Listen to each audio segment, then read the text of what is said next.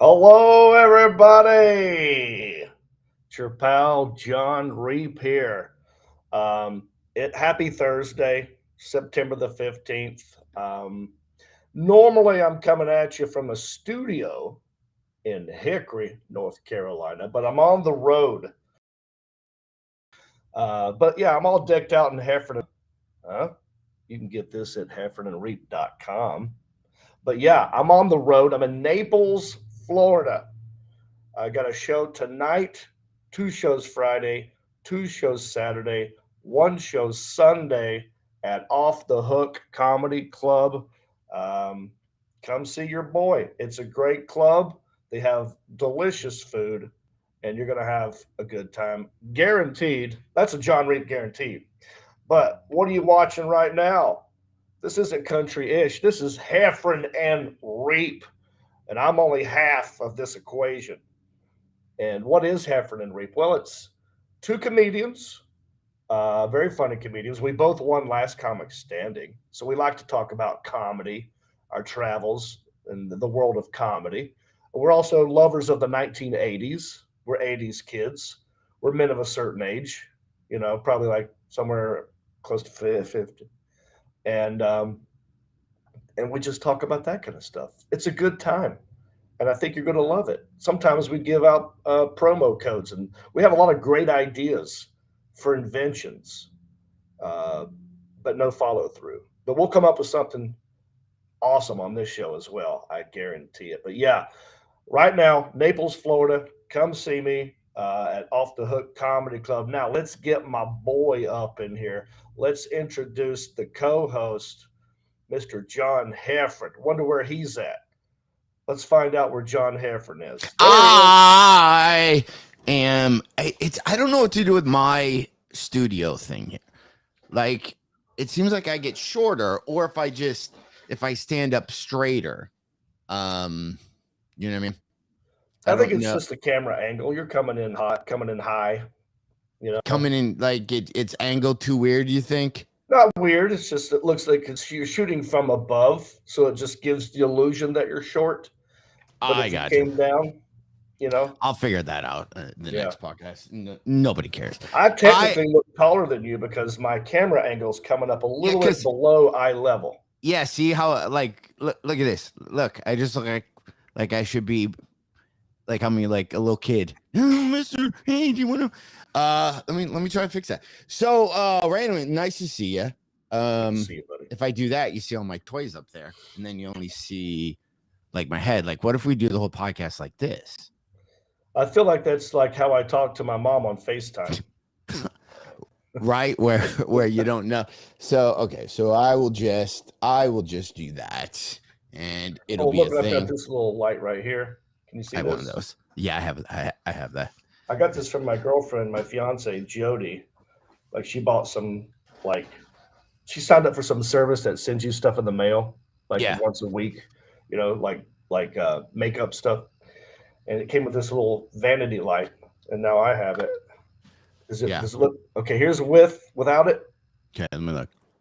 Here's with it. Oh my God, it looks totally different. Like I get it now. I get it. Like this. Well, I got this big one I'm gonna turn off. I'm just go dark. I got circles. So random question. One, nice to see. I want to ask you about Naples, Florida, Off the Hook Comedy Club that you're at all week. I've never been. I've heard about it. I want to ask about it, but randomly, right before I saw you and come in logged on, ran around my town, did some errands because I'm dealing with squirrels in the walls again. And it's still crazy because I don't know where they're coming in from. And so here's what I did. I don't want to. I hear random. I don't want to say I'm rednecky in this. But is this would this technically be a redneck move? Am I allowed to say red? Is redneck a thing? You're fine. Yeah, it's fine. Are you sure? So I don't even know why. Okay, is this a country bumpkin? Some people don't. Oh yeah, that's good too. Okay, I'll go country bumpkin. Yeah. So I heard the squirrels in the walls, but I just couldn't know where. I knew they were up in the ceiling, and they'd run around, and you'd hear them kind of like flipping around and stuff like that. So I guessed the general area. So what I did, I ended up cutting. Oh, I got a little saw and cut holes in certain areas, and then I put poison in the little holes, and then I put duct tape over the little hole, hoping that they would eat the poison. If you're a PETA person right now, you're gonna hate this conversation. But you have to deal with things. And then I took like a big rat trap, and I cut even a bigger hole, and I put it into the wall and closed the wall back up, right? And then middle of the night, I was just kind of laying in bed. Then I heard swamp. I was like, oh man. And then so middle of the night, then I opened up the wall, and I take my flashlight, and all the insulation of the house looks like confetti because the squirrels have been running around in the and like eating it. So I got one, right? So then I got one of those old people clipper hand things where you pull the yeah, a little grabber. It's like I'm playing the claw game, and I'm trying to grab the dead squirrel at like 1 or 2 in the morning on a lunesta, and then I put it in a bucket and I threw it outside, and then I loaded up everything again. Then I had painters come, and the painters were fixing wall, and they're friends of mine. And the guy's like, one guy goes, it smells like ass right here. And he's like, just in like a room that's completely clean and stuff. And he's like, it almost smells like it's coming from the ceiling. And just in my brain, because I didn't tell my wife I did this. I'm like, oh my, I didn't even think about once I start killing these animals with poison in the walls that they're going to die, and then they're going to decompose. Yeah, if you don't get them out. I don't, but I can't. It's up in the ceiling, and the hole I made to put the little poison is like the smallest. It's like, you know what I mean, like a pen. I just kind of stuck it in there. So now I don't know what to do. Now I have death walls. You know what I mean? Like already, a week ago. Who my wife said was one of the funniest podcasts that she's heard when we were talking about the spirits and me cutting up my old mattress with a pocket knife, basically. But now I've taken it to another level where now there's, creatures. But I don't. Now you have like it's like pet cemetery in your house. Well, then we're outside. My stepdaughter was over yesterday, and we went outside we have like 2 porches. One out, one the screened in one. And 2 groundhogs were just staring right at us. One of the groundhogs ate through the wood door and was literally on the screened-in porch. So I'm being attacked. Yeah, you are. I don't like killing things. I don't like killing things, but I don't know if I should unleash, because I bought traps. That's what I was going to tell you. I went out to buy traps, but then I'm like, if you buy traps, then I got to throw the animals in my car and drive 50 miles away. Okay. Right? Or I got to shoot them. Yep. And then I can put them outside, and the coyotes and stuff will eat whatever is there anyway. So I'm kind of feeding. This is where it gets a little, if you got, that's mean that you can do that. I'm like, well, you kill flies, don't you? Yeah, you kill flies, and you can't. So it's but skip everything I just told you. I ended up at a comic book store, went in there, showed a guy a picture of some of the comic books that I showed you months ago, and some of them are worth a lot of money. So my question is, do you sell them if you think they're a lot of money? Do you hoard them and hold on to them, or do you go, hey, I bought this for $1.50 when I was 12, and now it's worth $1,300? Right. Or do you waste that? Because if you gave me $1,300, I probably wasted on something. So then I just wasted this long childhood memory thing. Like, so what? Right. So would you, let's say you had, or, let's say I got doubles, right? And I could go in and just sell some for like $2,000. I'm just making up money. That seems like a lot, but some of them are like worth a lot because some new TV shows coming out. The guy was telling me, he's like, you got that? That's going to be a TV show. What? Yeah. You can't even, that's really hard to get. What? But what would you do with that $2,000? Like if you sold it, like you waste it, or do you throw it back into yourself to go, okay, I sold that to do this? Do you put a down payment on a, I don't know. Well, I would start by everyone's situation is probably different, like where they're at, what they're comfortable. Are they comfortable? Do they need money bad? If you don't need it right now, I Yeah, would hang on to it. hang on Yeah, to them. and wait for it to get to 10 grand. You know, I wouldn't let it go till maybe it got up to 8 or 9 or 10. You know, Who knows? Or it goes down and it's worth $5. it'll go back Yeah, down.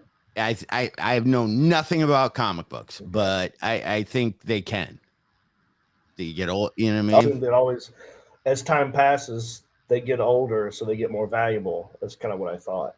No, the guy was saying like because Marvel like comes out with, TV shows or movies and introduce new characters. If you happen to have that actual comic book when they introduced them, so things like get popular or get Okay. worth stuff just because you have the, I or bet you yeah. our super fan Rick Sanford III could weigh in here. So Rick, leave us a comment. What should Heffron do with his comic books? I don't have much information in that world either. But how many do you have? Like you had a lot. Yeah, a lot, but not a lot that are worth a lot. You know what I mean?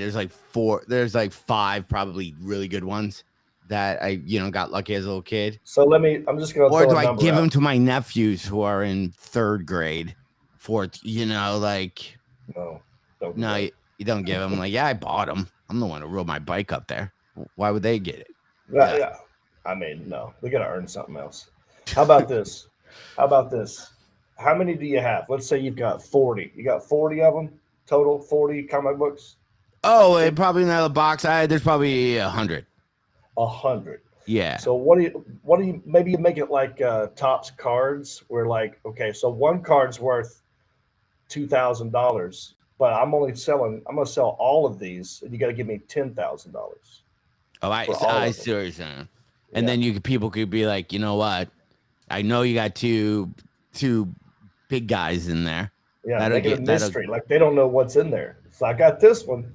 This is $2,000, and you can see in this box, there's like 100 more. So I'm gonna let this box go for 10 grand. Huh? Interesting. Yeah. Oh, you could auction it off. Interesting. Maybe you do buy like a lotto ticket. No, like a raffle. Yeah.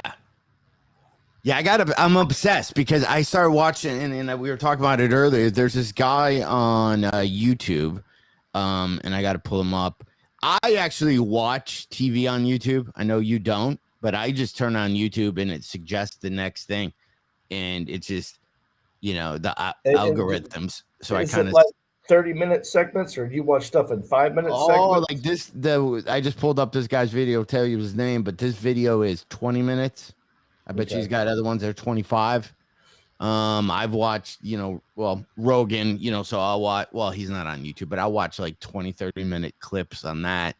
Bounced around. I watched a video of some guy that just told you about how pulleys work last night. This pulleys, you pull the rope and then it pulls up. Did you know? Because rope is all about tension. You can't push rope.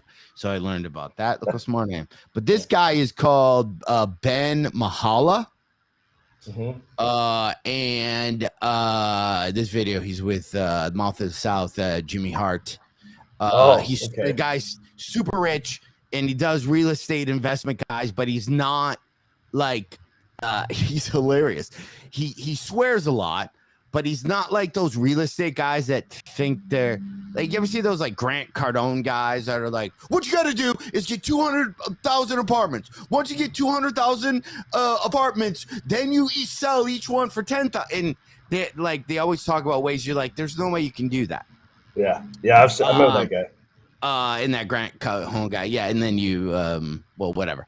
But anyway, so this guy actually sits down, the guy that I saw with a pen and a napkin, and goes, here's what I buy it for. Here's what you think. Here's how you divide it by 2, blah, blah, blah. Here's your profit. And I probably watched 20 of his videos. And by the end of the night, took my sleeping thing. I'm like, I'm going to get my real estate license. Here's what I'm going to do. I'm going to buy a hotel. Like, because he bought like a hotel that has like 100 rooms in it, like those really crappy ones you see. in Florida, Yeah. you know, but right next to the really nice ones. But then Wow. I told my brother, and then he was like, or you could spend that time in your comedy career and probably make more money than you would trying to buy 100. Right. You can't even get the squirrels out of your own walls. And now suddenly you want to buy an old A hotel. hotel. Right. Yeah, Right. yeah. I have a door that's been busted since I moved here. Start with a maintenance guy. Right. You know, Yeah. they go like, hey, if you get these squirrels out of my walls, I got another job for you when I buy a hotel. Yeah. Yeah. So you are in Florida. You're in Naples at the Off the Hook Comedy Club. Yes. So I've been asked to go there. I've never have. Here's what I've heard. Is the stage annoyingly small, normal, or big? It's not annoyingly small, but it is. Ever small. been to a Funny Bone, like the Toledo Funny Bone? Yeah.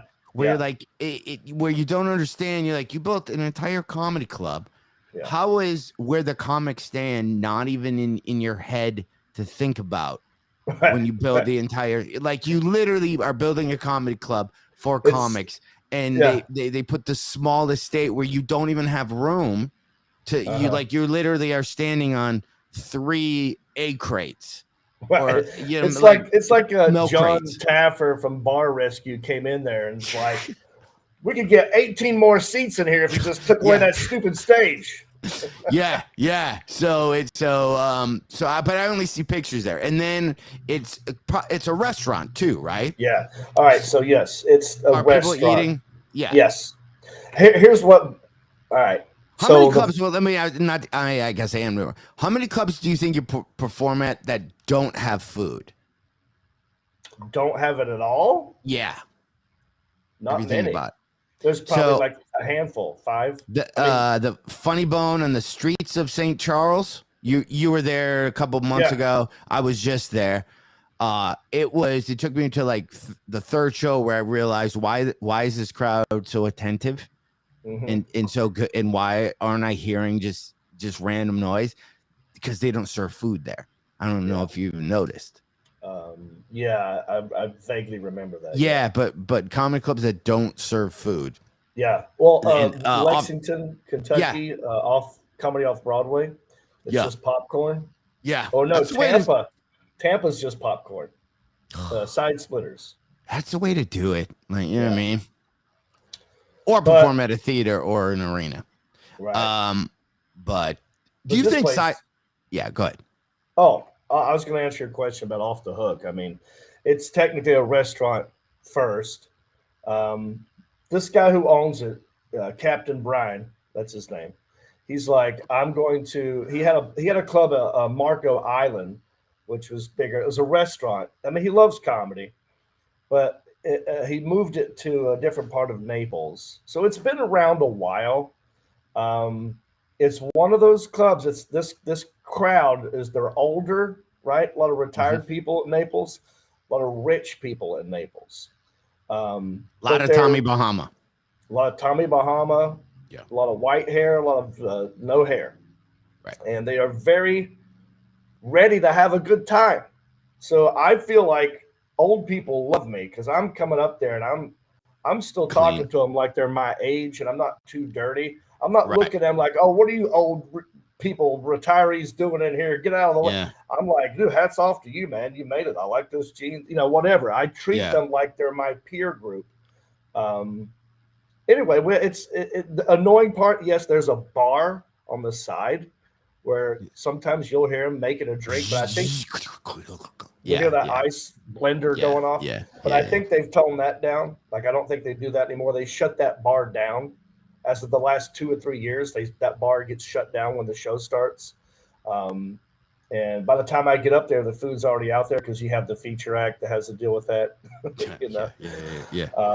But yes, it is. I think that if you came here one time, it would take you like 1 or 2 days to get used to it, and you'd be like, "This is fantastic." The people are nice. The food is fantastic. I come, I do my show, I bounce. It's real simple.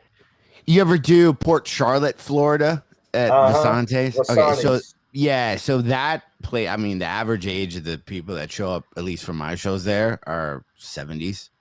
I mean, if you see somebody in their 60s, you're like, oh, that's the young table. They're probably going to cause trouble. But I think they appreciate it more. I think they really look at it like, oh, wow, this guy came all the way from Detroit to Florida just for us. And I'm very appreciative of this But think guy. about what that age, and I've been thinking about that age of people a lot lately. The 70, like my dad's age in even older. My wife is working with that like age group, and the story she tells me about, you know, a guy she talks to who's 90 something, and yeah, I don't want to review. It's her stories to tell, but I just kind of think about, okay, imagine being, you know, 80 or 90 years old, right? You at 50. Sometimes in our heads, it's easy to go, oh, I'm older, I'm getting older, I'm in my 50s. Okay, this guy that my wife kind of talks to, that she, you know, he's at the place that she works, is 92, swims every day, and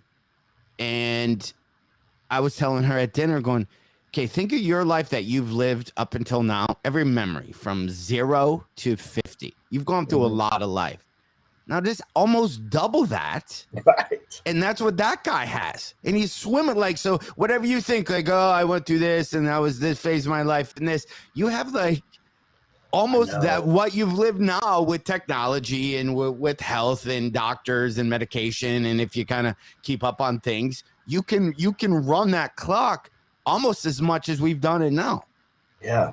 Which is crazy to think about when you're like, I'm getting, boy, as a comic, all these young comics, they're on, I guess I'll just kind of fade away. And then you go, there's 90-year-olds that are going to the gym, swimming, doing stuff, having, you know, girlfriends. Like this guy was like 90 something, has a girlfriend. Like, I don't want to reveal too much of where my wife works or what, but so we'll make some of this fictitious. But, you know, maybe or maybe not, the guy kind of just got in trouble for putting powder on his body after he swims, and you're not allowed to put powder on. So if somebody came and told you, Mr. Reep, could you not put powder on in your 90 something? Wouldn't you be annoyed? Because you know how like you know, 20 somethings annoy people 50 plus, you know, like people always millennials. If you're 90, you're annoyed by a 65-year-old. Like that's your millennial that bugs you because they're 30 years younger than you. That's your millennial. Yeah. Some young like 65-year-old kid. 65-year-old doing dumb 65-year-old shit, and you're 90 something. Right. Right. Yeah, and don't talk to me about powder, son. I invented powder. I'm gonna put this powder on anytime I want. And then he had the powder, you know, because he had a girlfriend. And then I started thinking, like, man, like if you're 90 something and you have a girlfriend, well, one, to even be 90 something and be out and swimming is, to me, just seems amazing. Yeah. Right. Yeah. But then if you're in a relationship in your 80s, a new one. Right. Probably because unfortunately you get a certain age, your partner that maybe, you know, people start to pass and da da da da. But like, do you think they still 80 somethings get in dumb relationship arguments? Do you think it ever ends, dude? Because I'm like, think about when we were 16. You're like, this is I don't want to have this conversation with this girl. I got to go to class. This is dumb. And then you get older and then you're like, oh, the conversation never goes away. Like, I think it does. I think you think? Yeah. I'll tell you why I think wait. What do you think it does? Do you think it goes away and then you just, or do you think 80s and 90-year-olds in new relationships have the same new relationship arguments? Am I making sense? Like, yeah. Well, I can only speak from what I've seen with my mom and dad at the skilled nursing facility. Okay. Yeah.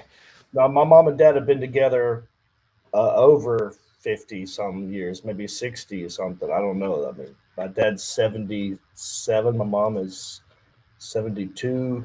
They got married in their 20s or something. So they've been together forever. And I'm amazed at the conversations that they still have and the bickering that happens. Like I sit back and go like, this is an argument that I would have had, 20 years ago. And now they're still having this same argument. And I stop sometimes and I have to, and I love my mom very much. I have to pull her aside sometimes and go like, why are you even engaging in this argument?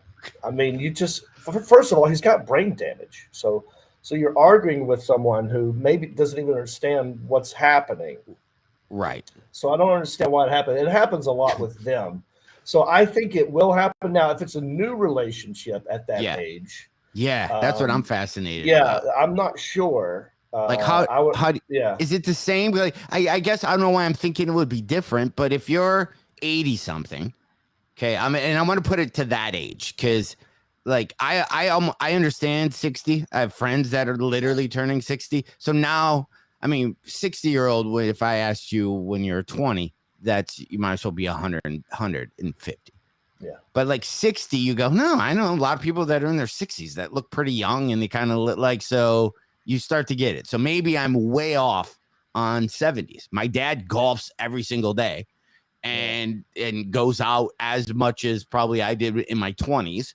Yeah. Right. And he's in his 70s. So maybe I'm just completely off on this. That's why 80s seem like a whole different like realm to me. Like it seems, 80s, but if you think 80s is where I just don't understand that age. Like I get like, okay, 50s you're like, I don't know. I kind of feel the same way I did when I was in my 30s, to be honest with you. Well, I mean, mentally, you mean, yeah. But 80s, like if you live in a retirement, not even a like a hospital type scenario, they have these like the villages down in Florida. They have these basically dorm rooms for older people. Right. So put you at that age and you're 80 and you meet somebody at the movie night or ice cream social or the line dance, whatever. Mm-hmm. I'm just curious of how all that goes. I think it's exactly the same. The more that we've sit here and talked about it, the more I started thinking nothing changes. Like it's starting all over again. So the exact same anxiety that you would get from meeting someone is the exact same anxiety you would have got when you were 16. Same thing probably happens. Same courting probably happens. I mean, it might be different that they're not doing it on Snapchat. They're doing it face to face like they used to do it. My question is, I think a lot of it has to do with the ability, if the ability for sex is still on the table. Well, now, at what age? I mean, we have drugs. Yeah. But at some point, maybe that won't work. Well, and this statistic comes up all the time that there's in most nursing homes or these living places. Because when I think older people going to live somewhere, I automatically think it's because they need help and they're kind of in a hospital thing. There's a whole different realm of where people are just 85 and healthy and they don't need, super assistance. They're fine. They're not in, and in those type places, STDs are higher than most college campuses. Right. Yeah. They're getting it on. They're not protecting themselves. They haven't figured out. Like so sex is on the table. So if that's part of it, then I would imagine that they're the same feelings that you would get in a new relationship in your 20s are the same feelings you would get in your 80s. If sex is on the table. Because if sex wasn't on the table, it might be like I'm just going to meet a friend. But if sex is on the table, like, oh, I want this girl to like me, I'm going to put my cologne on, I'm going to make sure I shave, the whole grooming part of it, and what you'd expect that person to do would be part of it. Do you think at 80, and we are so not experts on being 80, because we are here, and I say this all the time, John, we are adolescent old age, we are freshman class old age. Right. So if old age was a high school, this is me and you. Maybe we're at orientation. Right. Exactly. And then we start classes on old age and we start. So we're not seniors. Yeah. We're freshman class of old age. So I don't know yet.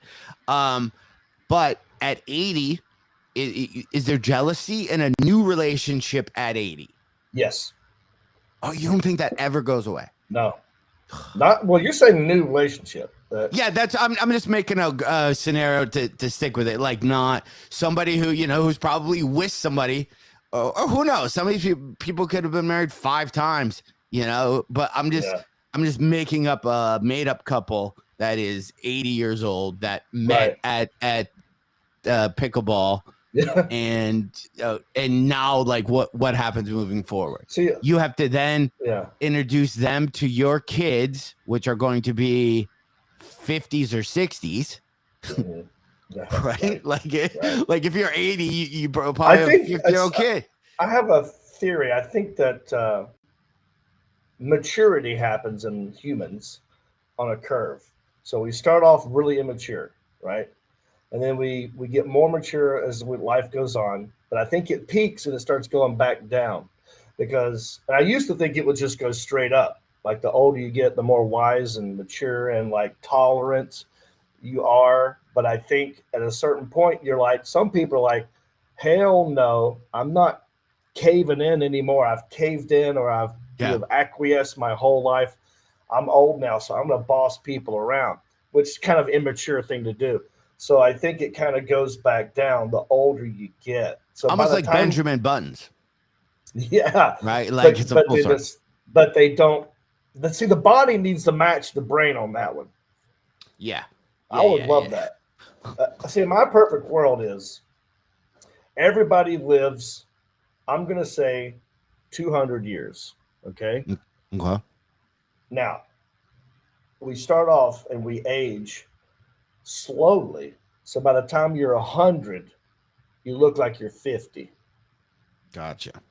And then it goes the other way. When it hits 50, you start aging in reverse, like Benjamin Button. So by the time you're 150, you're like 15 again. Yeah. And now you have all this wisdom and this young body again. Yeah. And then you just shrivel up into like an egg and die. I mean, I think with technology and stuff, like, the sex thing, right? They can take pills, but with even hormone replacement, right? An 80-year-old can go and fill up with as much testosterone as he had when he was 16. Yeah. Like, that's not even, and that's the thing that kind of makes you feel older and you start to not have your thing. But those, and that's just now, like 10 years from now, there's going to be like testosterone gummies. You're just going to take it all. And why not do a cycle of steroids at 70? Exactly. Exactly. Like, I mean, go for it. Why? Like, at what point? Like, what are you? There's a lot of side effects. Yeah, that usually happen 40 years after taking it. My dad and I have gotten in arguments with people at the nursing home about stuff like that. He's like, bring me some. Like, he wanted steroids. He asked me for steroids. I said, I don't know where to get steroids. I've never even seen a steroid. I don't know what it looks like. I wouldn't know who to ask. Right. But I agree with you. If I had one, I'd hand it to you, because why not at your age? What's it going to do? You're already sitting here. You can't move. Maybe it'll make you a little bit happier. I don't know, but I don't mind. I don't know why they deny people in that situation any drug they want. Yeah, there is. Yeah, when my mom was in the thing, I'd always look at the nurse. I'm like, yeah, you just give her a little bit more morphine. Well, technically, I'm like, well, she's dying. Like, who cares? Feel good right now. Yeah, I'm gonna. Yeah, there should be drug dealers just for that scenario. Like, if I'm in that scenario, I'm rolling in deep with as much stuff as I can bring. And the second the nurse looks away, I'm taking handfuls of fun stuff. That is a market that what I is mean? out there. There's a demand, but there is no supply. And now you're talking about maturity levels, older people. There's got to be an older drug dealer. Why are all the drug dealers these young kids that we have to meet on a street corner somewhere? The older drug dealers are like the Pfizers and stuff like that. But I mean illegally, black market, like it is now. Well, you don't have to pay. Go through your subscription. You don't have to pay a pharmacist. You don't have to go through your insurance. You got a little extra cash. You You call Carl. What would be an older, like an 80-year-old, if you were to do something? What would you do? Like the health risk would be kind of high. You couldn't do anything that's going to get your heart rate up, or you're gonna, you know what I mean? Well, At 80. I mean, you're what you want. They got to come up with a. Different. They should come up with. Yeah, there should be a recreational drug. I guess pot would be the closest thing, but for like 80 plus. Yeah, where it's not like cocaine. It's not like ecstasy or figure it out. Make something that's all of that. I would say, yeah, they need a new drug for that age group. I agree. But I think the closest thing you got there is you might just want Gummies. ecstasy. A gummy ecstasy. You couldn't do that at 80, or could you? Well, those guys, an 80-year-old guy was probably, what's the math on that? Was 20 or 30 during the 70s. So they already did they've already did a lot of drugs. Sampled a lot of stuff. Yeah. Like, stuff that doesn't even exist anymore. Like, like Quaaludes. Quaaludes. When I worked with Danny Bonaducci doing radio, he always brought up Quaaludes. And I was fascinated. And he would tell stories. And you're just like, why did that go? Like, why did that go away? Like, I don't understand. Like, if it was so, or I heard Howard Stern people talking about it. I don't even know what they look like. Yeah. And I don't even know what they did to you, but everybody did that. I think they made you just lay around. Like, I don't think it was energy. I don't think it was feel goody. I think it was maybe like the first origin story of like Xanax, maybe. I don't know. No idea. I don't know. I think of the scene from The Wolf of Wall Street when they were taking the Quaaludes and they took too many and they kicked in and they were trying to. Oh yeah, when they were like crawling on that next get off the phone. Yeah, and he's crawling. Yeah, that's a good scene. Oh, who knows, man? Maybe. I mean, we're not inventing anything. Maybe if you like are rolling at a retirement community, there's already those guys. You know, you think there's already like black market illegal drug dealers? I don't know if it's illegal, but like it's like chocolate. I mean, it could be some weird thing that you just that you're just not allowed to have. The thing is, they keep such tabs on it because when I watch them when I'm visiting my dad, because he gets a pill, I think maybe once or two, maybe 2 or 3 times a day or whatever. It's like Oxycontin or something, something like that. And they'll come in there, and the pill is in a tiny little cup, and they walk it to him, and they hand it to him, and they go, do it right now. And he's got to do it, and then they walk out of the room. It's not like, oh, here's a bottle. I'll just sit right here. You take one whenever you feel like it. They're very regimented. So I think we need another guy who's like, dealing. They're only going to give you one. How many do you need? That's what we need. We need like that guy.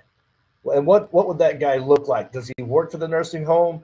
Is he some guy who's like in the nursing home, but he has access to drugs because his son is a drug dealer as well? I picture it like if we were to do it like as the like a 90210 type show, but for people in their 80s. You know what I mean? I picture if we were to do a drug dealer character. They should do that. They should wait for all these characters to get 80 and then do 90210 again. Yeah, like everybody moves into the same condo park. Wait that long and then come back. That's when you come back. I'd watch that now. You know what I mean? Like they're all I picture it like a woman. Like just a very flamboyant like woman like who wears like bright colored stuff and a lot of jangly wrist like bracelets. And she keeps it all in a purse, and she's got a purse. And when we show up at her house and you ask for your thing, she goes through each bottle because she can't read it. And then the deal is she has so many drugs because she's been married 7 times. Yeah, and it was all her ex-husbands. Yeah, every one of her ex-husband had all these scripts. So then she amassed this huge amount. She just keep coming in. And yeah, I see her. Oh, too. That's a great character. Yeah, yeah. So then she's got the little compartments that have Monday, Tuesday, Wednesday, and she just goes, and then all these dudes and women show up, and there's one guy who shows up. Is she does she live in the nursing home or does she just visit? I think she lives there. Yeah, I like But it. she kind I of, want it to be a resident. yeah, but she kind of runs it. Uh-huh. You know, like she kind of runs it.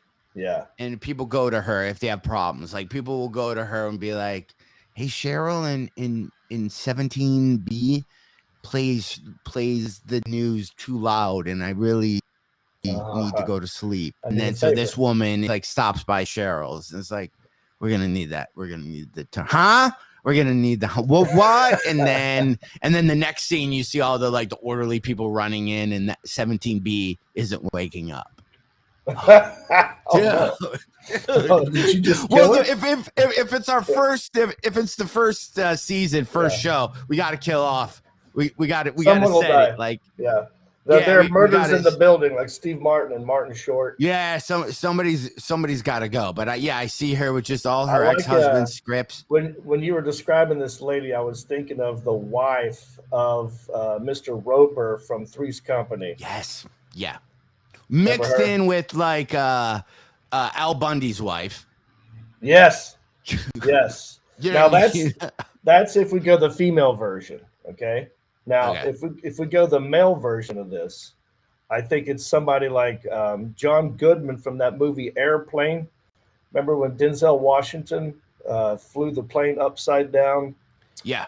But he was a big alcoholic and also did some coke and had to go hide for a little while. But his buddy, John Goodman, was his drug dealer that showed up with like a tackle box full of stuff. Like, how do you want to feel today? Like he had everything.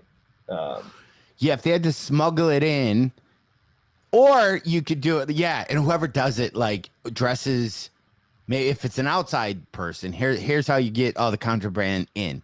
So let's say the nursing home type place is super kind of strict. Yeah. I mean, almost not like a prison, but just, you got to sign in every time you come in. Right. No kids are allowed after. Like, there's kind of a lot of rules where somebody it always gets delivered in Amazon Prime boxes.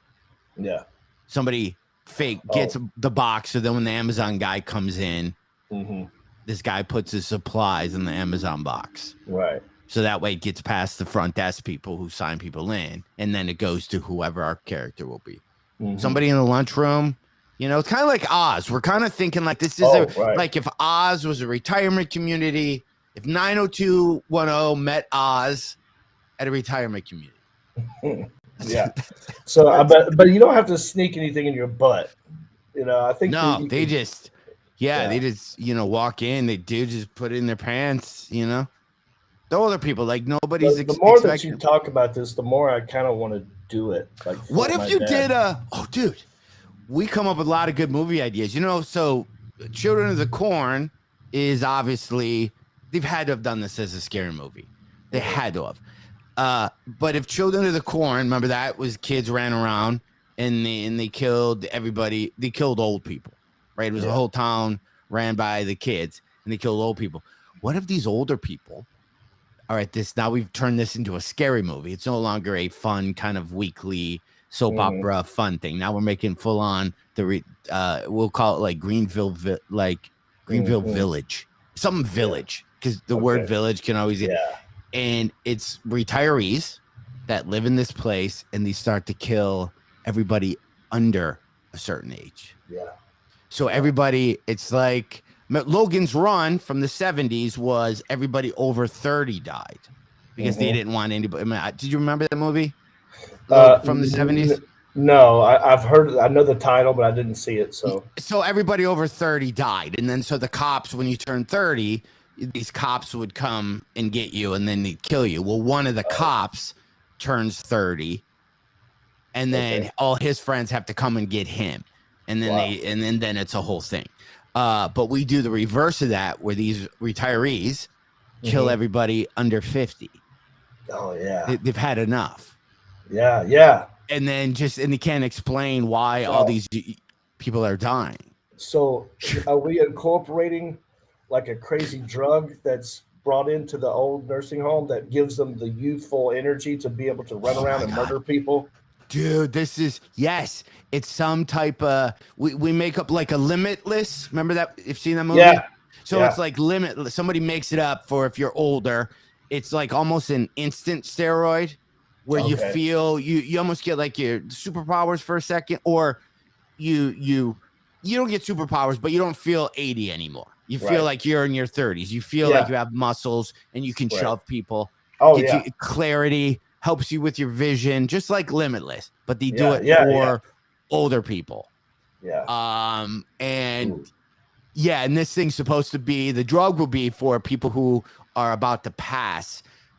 You know, you're about to like pass. You get this drug, so you know when you go out into the world. But then somebody finds out if you take it with this before you die, you get like a half hour of this stuff. Yeah. And then they take it. Dude, this movie we're coming up with. Then they take it, and then they start just wasting people that come And in. it starts with like one, because they just want more pudding or something. Right. They're There's just one grudge. One grudge that happens. Some younger nurse was an asshole, because this happens as reports of elder abuse all the time. Like someone, because the elderly people sometimes they get grabby or they just run their mouth, and the younger people get mad and just smack them. Yeah. And maybe there's a hidden camera in one of the rooms, and we recorded that there was elder abuse going on, and then they take the drug, and then they snap and they kill that person, and they got to figure out how to hide the body, and then they do it. They somehow figure it out. Maybe they take it to the morgue section of the place. So you have everybody on this one floor.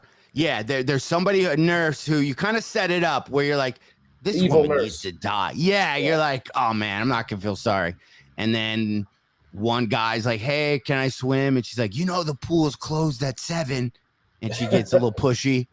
Yeah. And this dude was just, He's like, well, if I was 30 again, by God, I would. Or it's a dude nurse, and then she takes it, and then it's off. They kill her, and then it's an accident. It's an accident. They didn't know they had the power. Shoves her, hits her head on something. We see the steel plate, a thing fall. We see all the pills in the little cups fall to the ground, and then everyone on that floor comes in and they like grab it. They grab the pills off the floor, and they kind of scatter back in their rooms. Yeah. And then they're trying to figure out, what are we going to do? But then, so when the cops show up, everybody suddenly has like dementia and is like, who is here? I don't remember. Like everybody's just like, who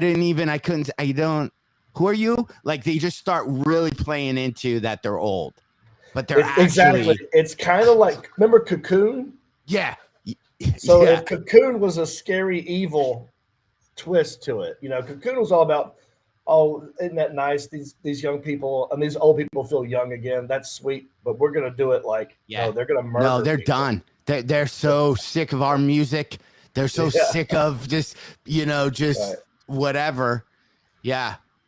And then they all go out and they start. Yeah, you make it almost like you add a little bit of John Wick in there. Can you imagine right? Like they're I mean, you've seen those movies like Red. You see that with Bruce Willis. Have you seen like Red? There's Red 2. Oh, I know of it, but I haven't seen that one either. Dude, you have to watch them. They're so good. Okay. They're older assassins, and it's so good. Like and they meet back up. Oh wow. I'm trying to look up this movie that I saw that was by M. Night Shyamalan, and it was basically not The Village. Old. It's not called Old. Oh man, The Visit. The Visit. Oh, this already exists. This whole movie. No, this doesn't exist. But I'm saying, since we're going horror, scary, creepy, we put a twist in there, like a M. Night Shyamalan always has a twist. And old people can be scary and creepy to young people, and that's the whole show. Is the whole movie, The Visit, kind of plays off of that, about like the creepiness of old people sometimes. Like, don't be a weirdo, creepy person. But we put a twist in there, like M. Night Shyamalan's what I'm thinking. I don't know what the twist is. But then you could So then we don't know if we are if we either fans are rooting for these old people who are starting to kill people, or is it worth it, or the drug just makes them scary and it's just scary. But then they leave the retirement village, right? They've figured out a way almost, like the mafia. They figured out how to get rid of bodies. Here's what they do. They kind of knew younger people come in, and as long as the younger people are cool and nobody's kind of nobody's kind of an asshole, nobody dies. They're not murderers. They don't go around and just stab everybody. Right. But then, like all the restaurants during COVID, nobody was working at them. They all get jobs at like a McDonald's type place. These people from the same place, the whole town, and they take over, and then these old people start showing. Yeah, from other states. Yep. Yeah, and then they're in the hamburger place, and then then we get crappy orders. Then it just starts expanding until eventually the government's got to surround the town, because there's I want to put a scene in there, a scene where it's like you've heard "kill them with kindness," right? You've heard that before. Mm-hmm. So I want that to be an aspect of it where they were brought up with manners and respect for their elders, and they're getting mad because this younger generation is not doing that. So as they're stabbing a young person, they're smiling and they're like, "I'm sorry you did this to you. I have to put," like they're still nice about it. Oh, when that like creepy grandma voice, it's like you're just. Oh, she's like, you're just the cutest thing. Swamp, swamp, swamp. But they kill you, maybe like stabbing. Like if you heard that, you're like, that sounds horrible. You get them like one guy just kills people with his cane. He's got like one of those canes you can't knock down. So that's he can spin it. He smacks it. One lady has those brooches, like, different animals, and she takes it off her thing. Like everybody almost has like an old person superpower. Oh, I love it. Yeah, there's a hat that's got blades on it, like Odd Job. I love it. And just old guys just, slip on shoot. That's just how one guy just runs people over in his electric scooter thing. Oh yeah, like everyone like you just see it. Like you can imagine, that's the scary part. It's you're coming down a hall, it's super dark, and somebody in their 40s just got wasted, right? They're all just full of blood, and you just see blood as they're like trying to army crawl down this hallway that's pitch dark, and all of a sudden we cut to a long scene of this dark hallway, and then you see this really little light from a scooter just go gong, turn on. And that's all you see. Like Christine. Yeah. It's just you just see that one little light at just the end of the hallway. Maybe the old cars come back to life because the old cars are getting mad at these electric cars. Yeah, and then you have the bloody person. They see the light come on from the scooter, and they're like, "Fuck!" And they go to turn around, and keep in mind it's all pitch dark. And then you hear just Janice's jingling of those bracelets she wears. You just hear jing, jing, jing. So it's all just noises at this point. Yeah, she's right? Like, whistling some old song from the 30s. Dude, Alan, like the whole my computer is Alan, the movie.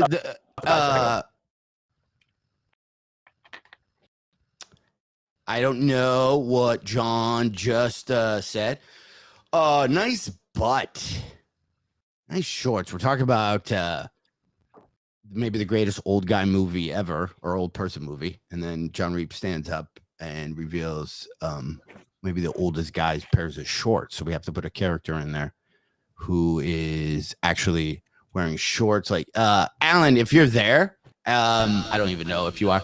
Your big movie? Maybe I can hear myself back a little. You're a big movie guy. What do you think of our idea so far? Yeah. No, I like it. I think it's good. I think there's some value there. So there's some good notes. Like it seems you'd shoot it in it'd be easy to shoot because you'd be in like the one wing of yeah. It's production costs would be pretty low. You could do it all in one location. It's a pretty easy shoot. So I think it would work, man. We'll just make a whole generation scared of old people. Yes. Yeah. There's been a few movies that have done that, but I think the movie you guys are describing would be much more effective. Okay. Yeah, I see it like how what's that movie? The guy from Key and Peele who started making a bunch of scary movies. Yeah. John, we have two. Yeah. We have two what? No, we have 2 scary movies now. We have 2 scary movies. We have this one, and then we have the sleep study one. Right. We could literally shoot both of them in the same exact building because they would Right. take place in the same. So we need funding. We need to get a hold of John Snyder. We need to go find an old And we will shoot it. village retirement home that has been shut down, but the infrastructure is still there. Yeah. And we just rent it out for like a month and shoot this. We got 2 scary movies, same exact location. We can use the same actors. We can shoot double. We can have literally. Oh man. Yeah. We're So gonna what are we win going to be? We're Grammys or 50. Are Emmys. we going to be are we the young old people or the old young people? You know what I'm saying? Like we're 50. Are we the freshman class? I mean, are we in it? You know what I mean? That's what I'm wondering. Are we in this thing? I think. Yeah, so I think we'd have to think that out. Like we are in it. Like when we get funding for this and shoot it, we're in it. But somehow we show up there together. I don't know why. Maybe we're we'd be too young at our age. Maybe we're the one who We gotta be cops, dude. Right. Oh, and that's the thing. They like cops. They just don't like because Yeah. they're okay with our age because we're the brand new old people. Yeah. So they spare us. But if you're under 50, you're fair game. Yeah. So 50 is the cutoff, and we're 50, so we're fine.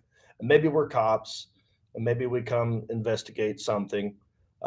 We could be. No, I think we're too old to be the drug supplier. Like I was envisioning some kid, like who hustles drugs on the street. You know, he's a coke dealer. He's whatever, but he also has access to other drugs, and he supplies that drug to his mom, who is the one in the nursing home that has.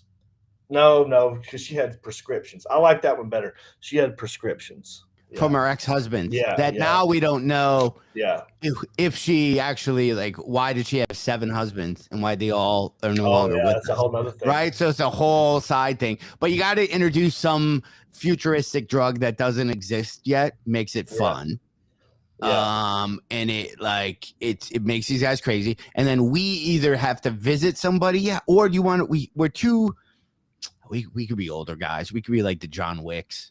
We're on the younger end, but it's not a rest home. Are people sick that are in this wing?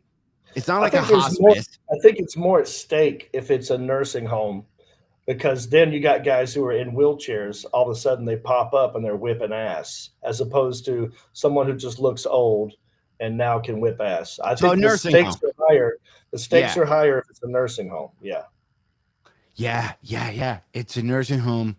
Or you just, okay, I'm going to switch it up here. No, nursing home, but to make it them likable, you do it like Ethan Hawke, there was all these movies where he had to protect the jail. Like they had a prisoner that was in this jail, and then all the Russians were coming to get that prisoner. So they had to defend this thing. So you have all the nursing home people in this nursing home. Everybody who works there are shady. They're shaving money off from the city. They're being assholes to the people in the so everybody who works there are kind of like bad Russian, not like mafia-ish type people. So we're not fans of really anybody who worked there because they let the air conditioning run for no air conditioning, and it's 90 degrees. And they don't fix it all summer. So you kind of see this horrible, how they treat everybody. The food looks like slop. Yeah. And then somehow this drug gets kind of kicked in, right? Somebody's grandkid leaves the drug around or something. Somebody visits, and then it's this new form of ecstasy that's out. But that, and one of the older people take it thinking it's their sleeping medication. They think it's their sleeping medication, and then they beat the shit out of one of the people, and then everybody on the floor takes it, and then they literally take over this entire thing. Yeah, and the village is called Shady Villages.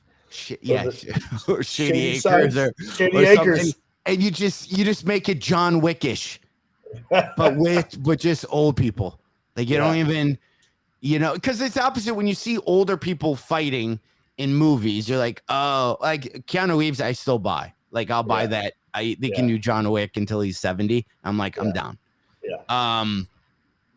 But to see somebody who looks, though, we got to make sure our actors aren't just younger people that they kind of they have to look, the age, and they just beat and then yeah.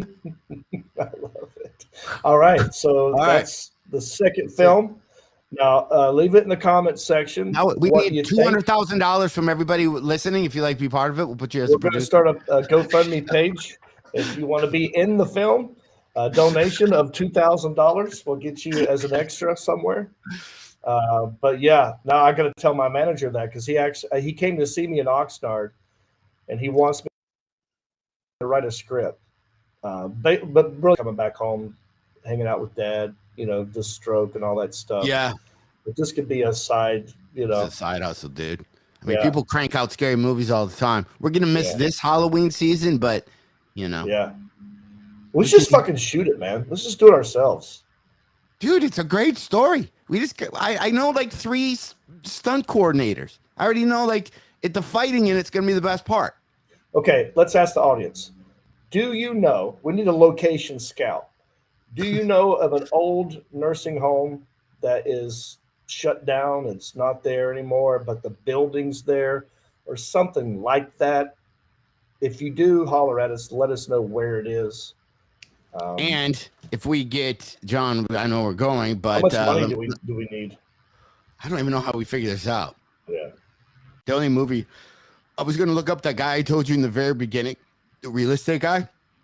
He knew somebody who was paying for a storage unit that was paying for 3 storage units. And then he convinced the guy, just buy a building and throw your crap in this building because you're paying the same amount in the storage unit than you would if you just own this thing and you just throw your crap in it and don't even ever do anything. So maybe we look for an old retirement building like that, and we just buy that thing, dude. We baller it up. We buy it. We pay it. We shoot the whole movie, and then we sell it at the end. We resell it when we're done using it. Oh, and we make money on the selling of the building, but not the movie. Yes. That's hilarious. All right, we got to go. Get on that, everybody. That's your homework. We also have homework. Maybe they sell the building and then they're killing everybody and don't tell anyone that it's sold. So they kind of live on their own island in this place that is just nobody really owns it or is checking up on them. What you're talking about the Okay, now I'm changing up too much. Okay. Well, I thought maybe I had a thought. I don't know, same as you, but kind of like Breaking 2 Electric Boogaloo. They were going to shut down. And then they have and they had to raise money to buy it. So maybe maybe that's part of the story. It was they were going to sell and shut down our nursing home. Even though we don't love it, we feel like we could fix it up if we owned it. But first they're going to kill all these people. And then they kill them. And then they start selling drugs and they make money. And then they buy the actual nursing home and fix it up. And now it's a place that everyone wants to be because it's like a utopia.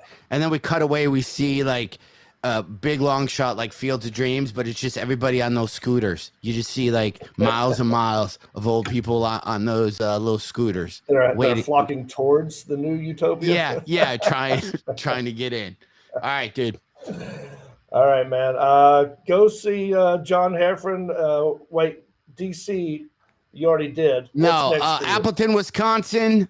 Make sure you check that out. Also, don't forget, my grandma makes. Go to Amazon. If you want to check out all the children's books, me and my wife did. They're crushing it. Get your kid a book. Don't be an asshole. Teach your kid to read. Christmas is around the corner.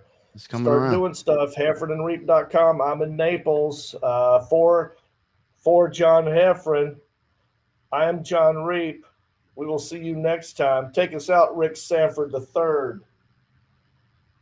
You've been listening to the smooth sounds of Heffron and Reep.